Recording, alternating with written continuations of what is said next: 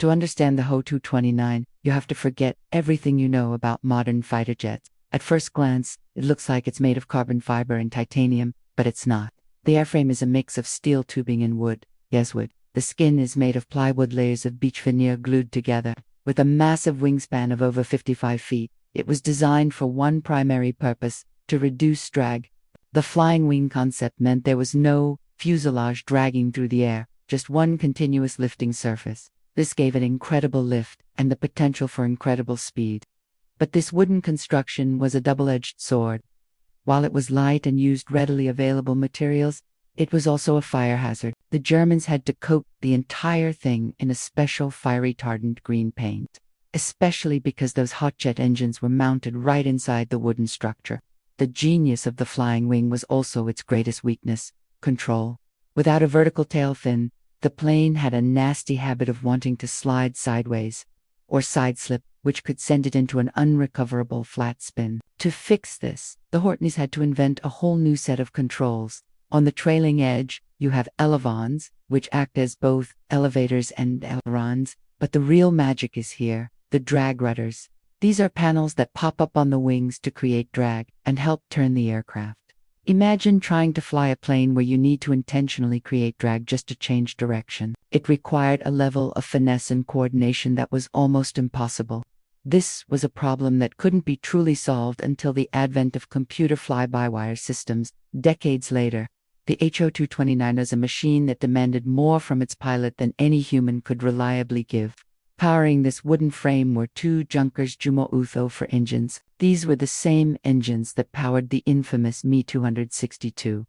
Each produced 2,000 pounds of thrust, pushing the Horten to an estimated top speed of 607 miles per hour. That's faster than almost anything the Allies had, but this power came at a massive cost. By 1944, Germany was running out of high-quality steel and rare metals.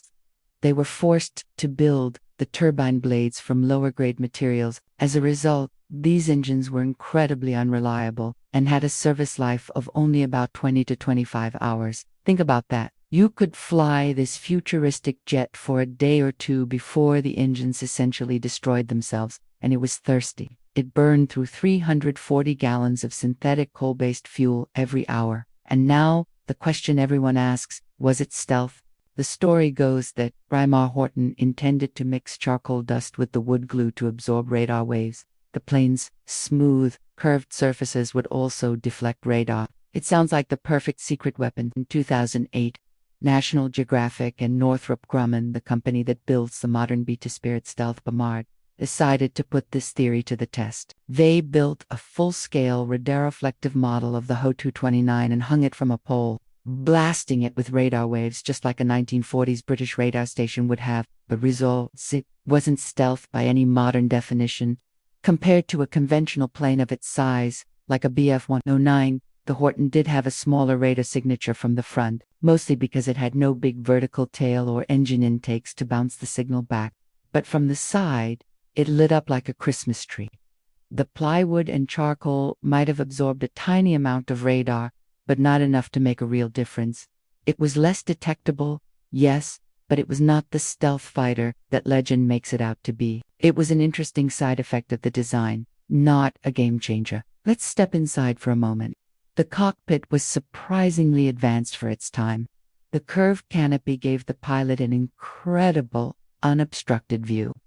In front of him was a complex array of dials: fuel pressure, exhaust temperature, engine RPM, and even a primitive direction finder, a sort of early GPS that homed in on radio beacons.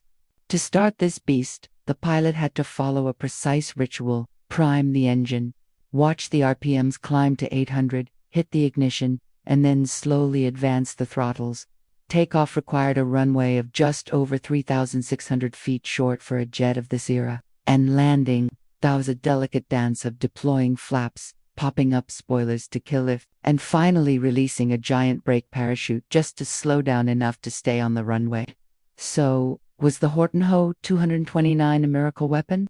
No, it was an unreliable, incredibly complex, and dangerous aircraft built from wood and desperation. But was it a marvel of out-of-the-box thinking? Absolutely. It pushed the boundaries of aerodynamics further than anyone had before. It was a glimpse into the future,